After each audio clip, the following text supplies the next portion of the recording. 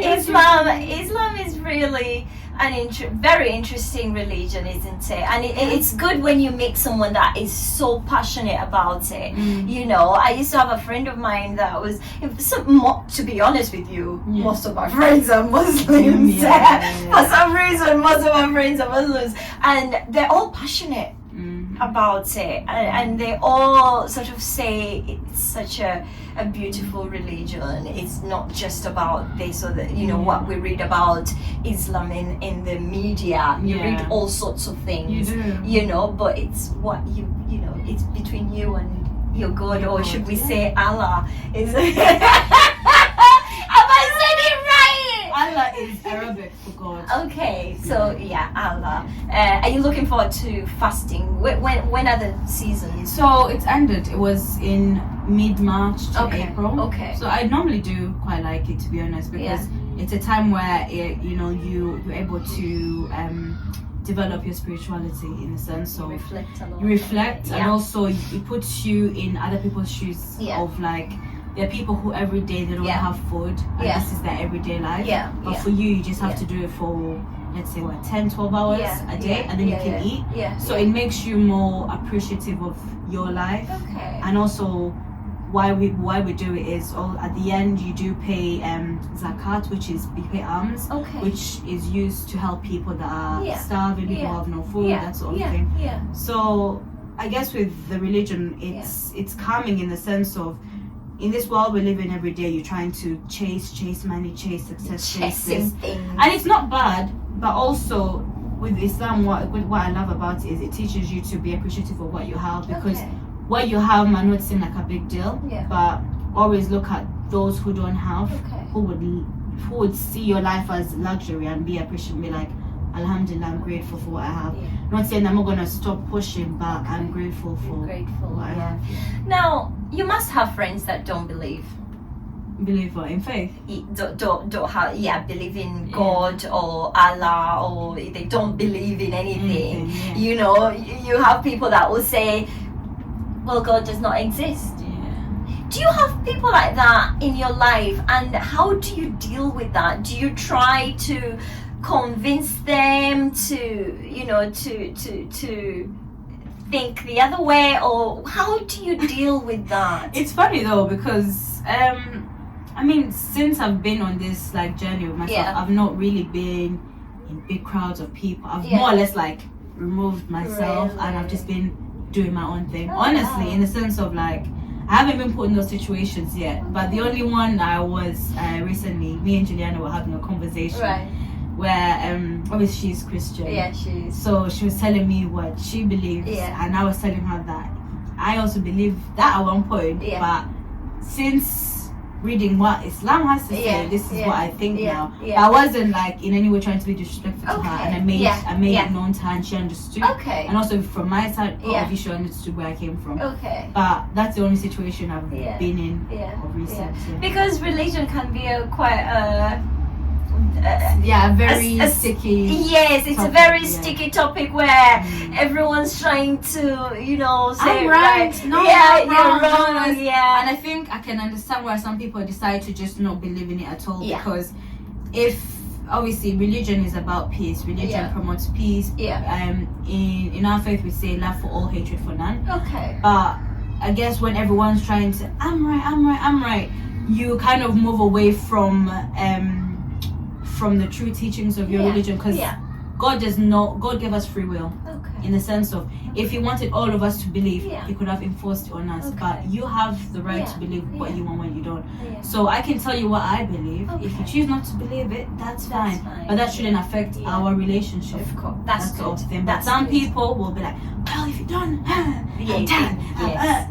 it's not right. You've got to accept people the way they are.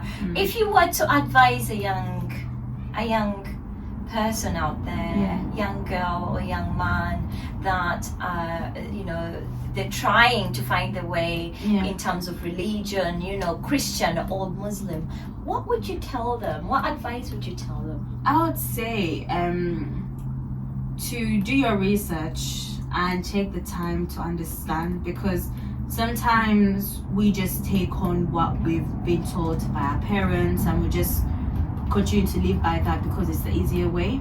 But we now live in a world where we have access to lots of different technology.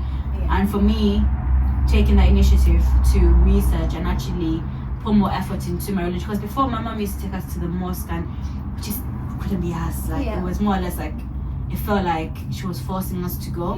But then now that we're older, she stepped back and she's done her role as a mom. My aunt, sorry. And now it's on me to continue to take that journey. So I would say anyone out there, do your research. And for me, religion gives me peace. It gives me that sense of like, if I'm angry at someone, I think of what it would say in religion, and I will try to, even if I might not be happy about doing that, I will try and go about it that way. That's good. That's good. Talking about family, because you talked about your auntie there. Is she proud of you? Is she proud of the woman that you've become? I guess so. In terms of your career, in terms of your religious, life, everything. I think it came to us as a shock, to be honest. Really? She didn't. But was she happy? I believe she is, you know. I believe she is. Like, she didn't make it like a big like, oh my god, Bella, you're wearing a scarf now, but in her own way. But I believe that she was, because I came from one day just no, and then one day I was, and then she probably thought maybe I'll just bring it today. Then next day, and then I changed some of my clothes.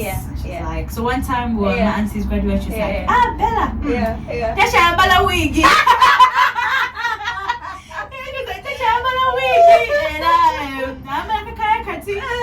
So I think that's the first like big reaction I got from her. What's happened to all your short dresses, the shorts? It's funny. Short skirts. Like, what's happened to all your? Last night, funny enough, I was like sorting through all my clothes and I put them all together. Like, and there was some I was taking, I was like, so I was like, I wouldn't say it was like heartbreak or anything, but I was just like, it's crazy how obviously just doing like that switch can change things. But I'm gonna try and probably sell them online and just well, there's so many places you can sell now, isn't it? Facebook Market, Vinted, everywhere. So Bella, whenever you love Kelly, I'm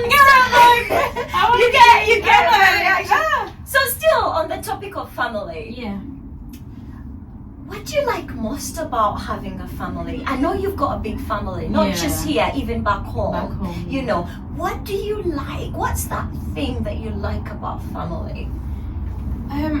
With family, I would say whatever you do, they'll always have your back, in the sense of you grow up and you make friends in school, uni and everything, but those friends owe you nothing. And at any point they can just leave your life.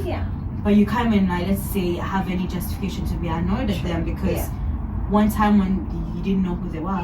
But I guess with family, whether you do something wrong, whether you decide to walk away from them, they will always be the people who will run at your door when you have an issue.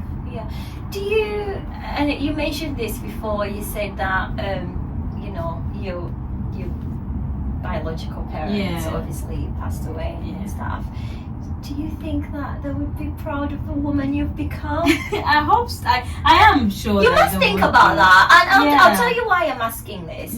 Is because my parents passed away, and sometimes when things are not going good, I still think about them, and I'm like, you know what? They'll be proud of the woman I am. Do you ever think that? I do, and obviously sometimes I miss them in the sense of when you're older, you have so many questions, and so much like why. You know why? And also when, let's say, you start thinking of like marriage, and now for me, a lot of my friends around me have started to get married and having babies. Now obviously you have that question, and I'm so grateful for the parents who have raised me here. Oh, good. In the sense of like they have not always ever made me feel that like emptiness. Good. They've not ever treated me any different. Good. So good. Because I thought they would. Oh my god, they're just amazing, aren't they? Honestly, you're very lucky for anything I put them through growing up. In the sense of being. Well, I tell you what. Now that you're working, you can buy them a car. You can buy mom a car, dad a car. You can buy them whatever they want. I'd say sorry that way. So, anyway, going back a little bit, I'm going to ask some questions regarding your career. Yeah. You know, you've studied law, you know, and you're going back to do your master's very soon. Yeah. Now, with the way things are nowadays, there's a lot of, you know, criminal activities going around. You've heard about that trending story in Peckham, the man that attacked this black woman, strangled her. You know, have you heard about that story? Right, you've heard about, you know, you've had stories about the war, you know, rape cases and things like that. You know, there's that nurse that actually the babies. Killed the babies in a hospital. How many babies were there? There were quite a few of them. Now, in your profession, say you were, you know, you were practicing. Yeah. And you were given a case. And it was someone that raped a child. Yeah. You know, pedophile. Raped a 3-year-old. Yeah. And it's the case you needed to take on. Would you accept or would you say no? Now, for me to not put myself in that sort of situation, I would not do criminal law. Okay. Oh, you're not doing criminal law, right? Okay. Because being where I work, I have exposure to working with like experienced solicitors and barristers, and we have these conversations all the time. And they say everyone is entitled to justice. Everyone's entitled to the best form of representation. So you as a lawyer or as a solicitor, because here in the UK we say solicitor or barrister, you would have to put your personal views aside and represent this person as best as you can. Even if maybe they did commit the crime, you can't let those thoughts affect how good you would be. Innocent until proven guilty. That's it. So for me to avoid putting myself in those situations, I just would not want to practice criminal law. My interests are more in like human rights, immigration, employment. Those are the areas that I'm working towards qualifying. Good. You've answered that really well, and you've tried to dodge it. Yeah. I've seen that. She's dodged my question. But I'll take it. And I'll accept that. Now, obviously, Bella, I call her Bella, but she's from Uganda. And obviously I've got to ask, you know, most people travel to European countries and they think that life will be easy, you know, it's just a walk in a park, you know, you know, you don't have to work, if you work when you want and you get paid in pounds or dollars or anything like that. But I'll tell you something, Bella. Europe humbled me. Now I want to ask you, did Europe humble you? I would say it did. And how did it humble you? Well, when I moved here, I was 12. So for me, I was thinking we were going to move into a big mansion, have a machine for everything. Like, usually, like what you see in the movies is what I was expecting. But when we first moved here, we lived in like in a terraced house. I shared a bedroom with my siblings because it wasn't a big house. It was like a 2-bedroom house. It's like, what's this? You know? So I think now, as you said, it has definitely humbled me because what I thought it was going to be is not what it is. Not saying that you can't work towards that. Obviously, the opportunities are here. But for me, it's when people back home will be like, Bella, this, and they're asking of you, but they don't understand. Like, I never thought I'd work nights, Kelly. Thank you. Like, I never, because back home, it's not a thing. Like, now probably is, but growing up, I knew people just worked in the day. That's it. You know? Like, it was only the askari. You're busy sleeping and they're working in the night. The only one that I would have associated to actually, like, working nights. So, when I moved here and I had to work whilst I was studying, it was so tough. You know, so when people back home, you know, just easily let's say will ask you for funds, because obviously life back home is hard. Of course. Then even you like, I'm also struggling here. I'm just trying to make ends meet. But they don't understand. But sometimes they don't understand. They don't. And it's It's interesting, really. It is, isn't it? I thought I'm a bit like you. I thought things were easy. You sleep in big houses and you wake up and you're eating. Our house is that even bigger than here. This is what I mean. But I'm telling you now, anyone watching that's obviously still back home in Africa, anywhere, it could be Nigeria, Zimbabwe, Uganda, anywhere. It's not a walk in a park. Yeah. You've got to come here and you've got to work. You've got to study. You've got to work. You've got to put the hours in. No one's gonna give you handouts. It doesn't happen, does it? No, at all. You've got to wake up and put the time in and do the job. So whoever's lying, people out there, no lie. How do they say in Nigeria, in Pidgin English? I beg, they go lie. They go lie. No, honestly, I think it's a false dream that's sold. Exactly. But obviously you can work your way up, but it just doesn't come easy. Yeah. Now, this topic that's been going around. I've been watching the news, and it's about the imposter syndrome. Have you heard about that? The imposter syndrome is where, for instance, I've suffered from imposter syndrome. I think everyone suffers from imposter syndrome and we don't know it. I was watching the news the other day and I was like, oh my God, me too. I diagnosed myself imposter syndrome because it's, when you grow up, you're born in Africa somewhere and you never think that my life will amount to anything. And then you grow up, you become ambitious, you travel places like this, the land of opportunity, and you become something. You study and become something, and sometimes you sit back and you're thinking, how did I get here? It's like you're pretending to be someone you're actually not. Sometimes I sit back and I'm like, am I really doing the job I'm doing? Is it me? Yeah. Probably not me. Am I pretending? Has that happened to you? Where you're thinking, no, surely it's not me. Do you mean in the aspect of your life is too good that you're surprised? You're surprised that you're actually, so you're thinking that you're not actually good enough to do what you're doing, but you've worked hard to get where you are. You've studied law, you've graduated, you're working, and you're going on to do masters. But 15 years ago, did you think you would be where you are? Did you think you would be where you are? I didn't think I would.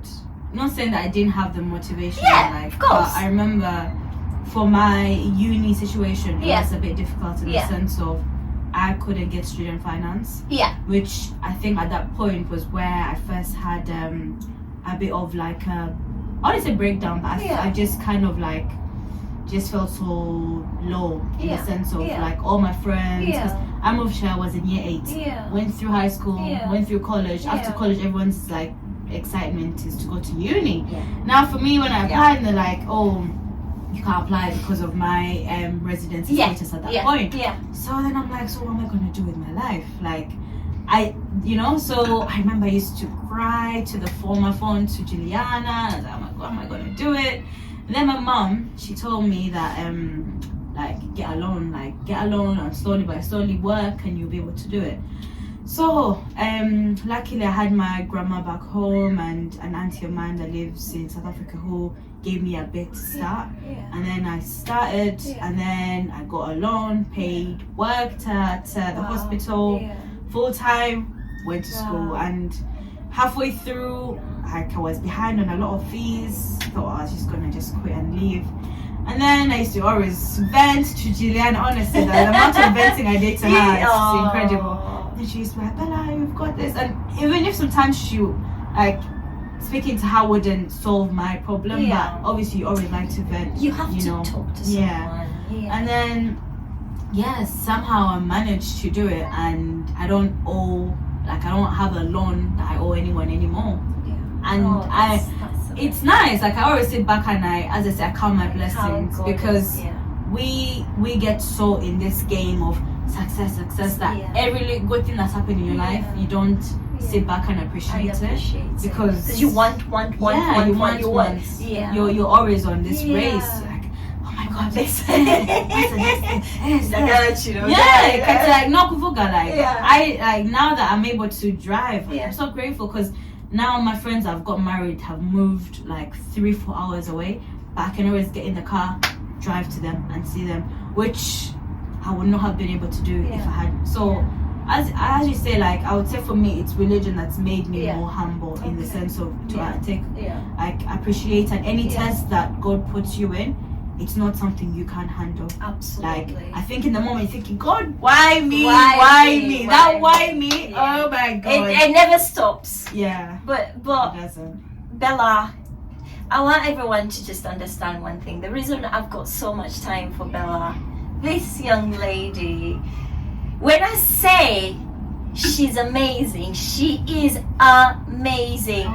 This young lady went to university and she was paying her own tuition. So she would work nights at the hospital where I was working. She would work nights to make money to pay for her university fees. And now she's graduated, she's working, and she's been able to pay off her university fees. When I tell you that this is the reason we've set up this, if someone out there might be going through the same thing, Bella, someone out there might be thinking, but how am I going to pay for my university fees? I want to study. Go out, work, be motivated. This lady did it. Was working nights and paying for her tuition fees. Now, when I say that you're amazing and very inspirational, I'm telling you, and listen, Siku Jovisa, you are really an amazing person. And I appreciate you saying that. Yeah. If, again, I'm going to ask you to encourage someone out there, a young person out there, because I know I've spoken to so many people that actually need this because they want to progress and they want to do better in their lives. I want you to just speak. I don't mind if you're speaking Luganda or English or both, but in terms of career choices and paying for those tuition fees, if you're not able to get student finance or things like that, don't just give up. Please encourage someone. Yeah, I would say definitely just if you can work, you can do anything. You know, you can literally, because as I say, like it was tough. I won't lie, it really was, because having to pay, like when I look back, that was over like 30k that I had to pay in the space of 3 years. Wow. Like it was a lot of money, but I just didn't, like, even when I had tough moments, I am grateful for my best friend, I'm grateful for my mom and my dad, because they also were a part with me through this journey. Because when I had given up and one day I decided to stay home and just give up, my mom was like, why are you in bed? Like, let's go to the library, let's go apply for a loan, let's go this. And I'm very grateful to her, like, because she would have liked me to, let's say for instance, do nursing, because obviously when you come to the UK, us ethnic minorities don't always have the same opportunities as everyone out there. And it's not taking a dig at anyone, but it's the truth. It is.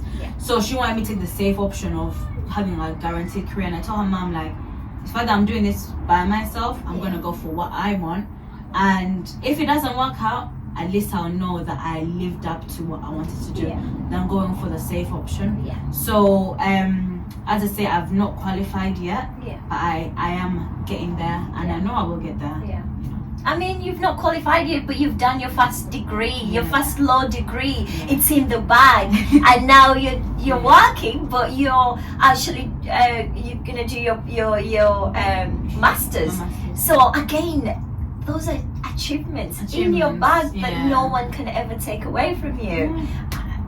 Oh my God! The best thing is no debt. Oh my God! I'm so proud of you. I'm so proud of you. Honestly, wow. Wow, really Bella, that's amazing. That. Well done. Thank you. Well done. On a lighter note.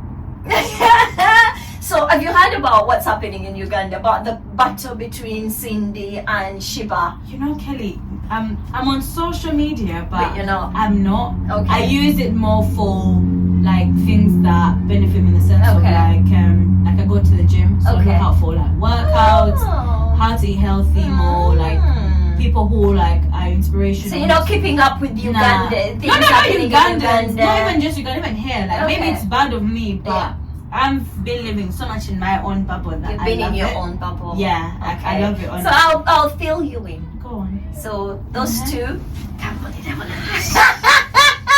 those two have been battling out yesterday. Who can sing better? Cindy and who? And Shiba. Yeah. So I'll give you my own verdict. Go on. I think Cindy's got it. Cindy got this one. Yeah. Yeah. She's a good vocalist. Yeah. I mean, you always had the thing about Shiba. You always had the situation about Shiba. What do you mean? What do you mean? Tell your bias. I loved Cindy. I've been watching some clips and yeah, she's amazing. But why should they have to compete? Well, isn't there enough space for both of them in the of course there's enough space, but I think it was like a business thing. They got paid quite a lot of money and apparently they're coming to the UK as well. They always come here, they always go to London. I know. No one ever comes to Manchester. You know, last year we went to the Ugandan Independence. Yeah. And there was Chameleon and Daddy Andre. But in London. In London. So we had to actually go there. Yeah. Obviously, timekeeping. Yeah. We got there at 7. Thing didn't start until 9 o'clock. You're joking. Just a Chameleon didn't turn up. They kept playing his song and what? You're waiting. And then at the end, oh sorry, you are not again. There's a Chameleon. And I was like, him and then Andrew, the only people I actually had paid to go and see because I didn't know the rest. The thing is, I never pay for those things, me. I just don't because I don't know. I don't know because I always think there's a lot of the organization's not really amazing. Maybe things have changed. I don't know. I think it's always nice to experience it because for me, what I would say, what I loved about it is like everyone there is Ugandan. Okay. You can all vibe to the same music. Yeah. The food, Katogo Kaliwo. Really? Yes. Oh, Waluma Katogo, Walungo, Mchomo. Yeah. You know, and then we went to this place called PO1. Okay. Oh, Kelly. I don't know that. Because you're still on that vibing life. Go to that place. It's like a Ugandan club in I think East London. Okay. They do like play Ugandan music. They have like I think Saturday and like a Sunday where they just play Ugandan. Yeah. Bainawa Mchomo. Kelly. Like you know when you live in Manchester, there are Ugandans, but normally around you it's mostly like let's say a lot of Nigerians. So you speak Luganda freely. Okay. But when you're in London, anyone around you could speak the language, so you have to be so careful. But what I say, going back to concerts, I would say you should have a go and try them out because when I'm with Cindy, everyone's vibing. Look at it. For me, I don't go clubbing. No. I don't go clubbing, but I would still go to some concerts. Oh, would you? Yeah. Okay, that's Which good. is why I'm saying like I'm not extremist. Yeah. But going to concerts because I love music. Okay. Do you still listen to secular music? I do. Now some people tell you when they're like they don't listen to everything. I'm not a perfect Muslim. I'm on a journey, but for me, music I still listen to because I've grown up listening to it. Clubs, I wouldn't go anymore. I've had my time. I've done my time. Those are like, but concerts like.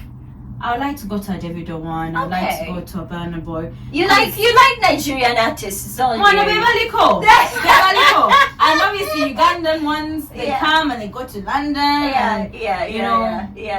It's one of those. Oh, listen, babe, it's been amazing. Honestly, same. Oh, thank you for just giving me a little bit of your time. I know you're heading off with your siblings. You're heading off to a graduation party.